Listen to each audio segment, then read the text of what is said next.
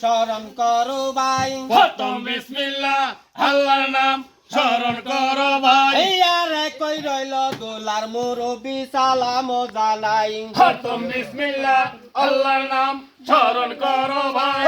আমাদের দেশের সাংস্কৃতিক পালকি হারিয়ে যাচ্ছে। আমি সেই পালকি নিয়ে আজকের এই সংস্কৃতি নিয়ে ওনার সাথে সাক্ষাৎকার নেব এবং বিস্তারিত আপনাদের মাঝে উপস্থাপন করব। হারিয়ে যেতে বসা গ্রাম বাংলার ঐতিহ্যবাহী বাহন পালকি। আধুনিকতার দৌড়ে একসময় যেই পালকি হারিয়ে গিয়েছিল, সেই পালকি আবার ফিরেছে লক্ষ্মীপুরের রায়পুরে বিয়ের রাজকীয় আয়োজনে। ঢাকায় সরকারি স্থাপত্য অধিদপ্তরে কর্মরত মোহাম্মদ আরিফ হোসেনের বিয়েতে শরীয়তপুর সদর থেকে বেহারা সহ পালকি এনে নবদম্পতিকে বহন করা হয়। শুক্রবার দুপুরে দক্ষিণ চরবংশী ইউনিয়নের চরলক্ষ্মী গ্রামে বরপক্ষের বাড়ি থেকে তোলা হয়েছে এই দৃশ্য।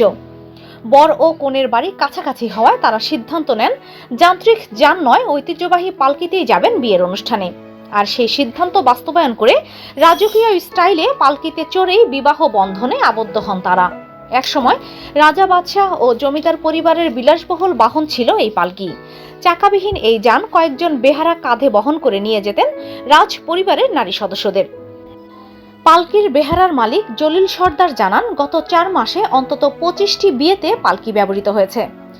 বকশিস সহ একটি বিয়েতে তার খরচ নেওয়া হয় প্রায় 8,000 টাকা। জলিল সর্দার বলেন, আমার বাবার বাড়ি থেকেও এই পালকিতে করেই আমাকে আনা হয়েছিল। ছোটবেলা থেকেই পালকির সঙ্গে পরিচয়।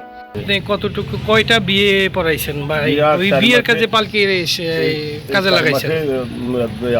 25টা মতো বিয়ে পাইছি। 20-25টা। এই একটা বিয়েতে কত খরচ হয় পালকি নিলে? পালকি নিলে 8,000, 10,000। 10,000 দেয়।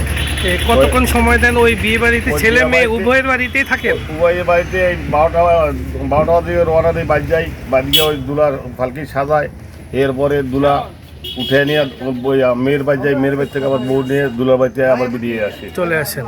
স্টিমার, রেল ও সড়ক যোগাযোগ ব্যবস্থার উন্নতির সঙ্গে সঙ্গে একসময় হারিয়ে যেতে থাকে পালকির ব্যবহার। তবে এখন আবার শখের বশে ও ঐতিহ্য রক্ষার জন্য বিয়ে সহ বিশেষ আয়োজনে ফিরে আসছে এই বাহন।